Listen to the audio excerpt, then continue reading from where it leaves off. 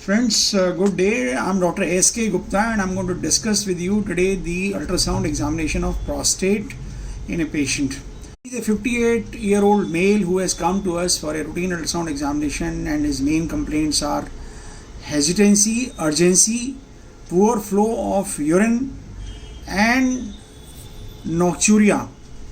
He wakes up about 4 or 5 times in the night to pass urine. And when we do his prostate examination, we find that the prostate is enlarged. You can see that these are two special lobes. These are the median lobes, and they are projecting into the urinary bladder. And down below you see the lateral lobes of the prostate, and the prostate as such is enlarged. You try to see the prostate in the longitudinal section, and these are the two median lobes that you can see. And you can see that the bladder wall over here is thickened. And when the bladder wall is more than 3 millimeters in thickness, in the fully distended bladder, it is taken as thickened bladder. And when it is more than 6 millimeters in collapsed bladder or partially filled bladder, then it is taken as thickened bladder wall. Here the bladder wall is grossly thickened. The thickness of the bladder wall was found to be 10.96 millimeters or 11 millimeters. And you can see that the inner lining of the mucosa of the bladder is irregular. It means that the bladder has increased trabeculations suggestive of cystitis. You can see that the bladder wall is thickened all around, and the prostate examination should be done when the patient's bladder is full, but these are old age men, and most of the times they are not able to fill up the bladder because of the urgency. They will have an intense desire to pass urine when the bladder is full to this level only, and this bladder volume must not be more than 150 ml. When we try to measure the volume of the prostate, we found that the prostate volume in this patient is 73.72 ml, that is nearly 74 ml. Normally the prostate volume is less than 30 ml. In case the prostate volume is more than 30 ml, it is called as prostate enlargement. And as in this case, you find that both the lobes of the prostate are homogeneous, and they have hypoechoic echogenicity, and they do not show any nodules or any heterogeneous echogenicity. So this is likely to be a case of benign prostatic enlargement. And at times you can find that these prostate enlargements, they can have calcification nodules or heterogeneous echogenicity, and in those cases one has to suspect the malignancy. But this appears to be a case of benign prostatic enlargement, because the prostate is nearly homogeneously enlarged all through.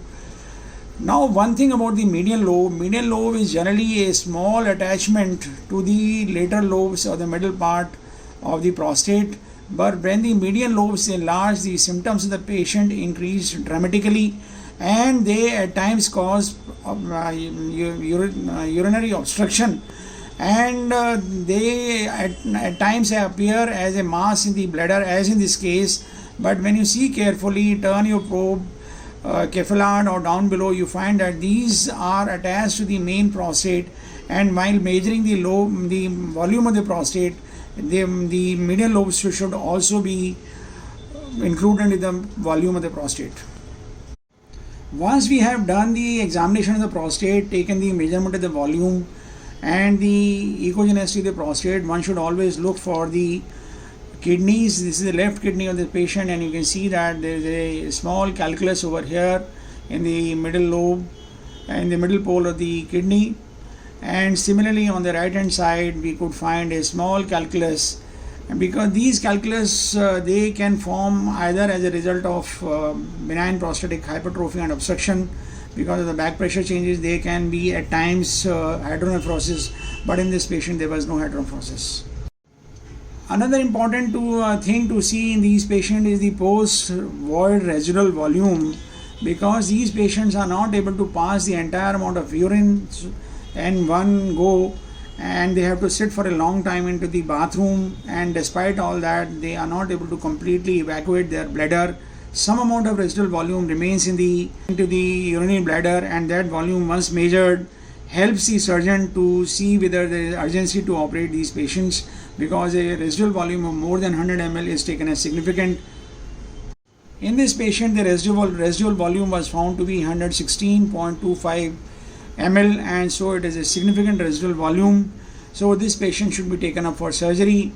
Investigations which can be advised to these patients are the kidney function test to see whether the kidneys are having any back pressure changes, routine examination, and the prostate specific antigen along with the urinary examination and urine culture examination, because these patients are prone to prostatitis and lower urine tract infection or the chronic UTI. So these patients should be investigated for all these things also. Friends, one word of caution, this is a classical case of prostate enlargement with a median lobe hypertrophy. Please do not expect this sort of picture in all the patients with prostate enlargement. Most of the times the prostate is enlarged to nearly 32 ml, 35 ml, but occasionally we see that the prostate is this much enlarged. Thank you very much. I hope you like this video. In case you like our videos, kindly subscribe to our channel and share these videos with large number of your friends, and do not forget to press the like button so that many number of people can be shown this video by the YouTube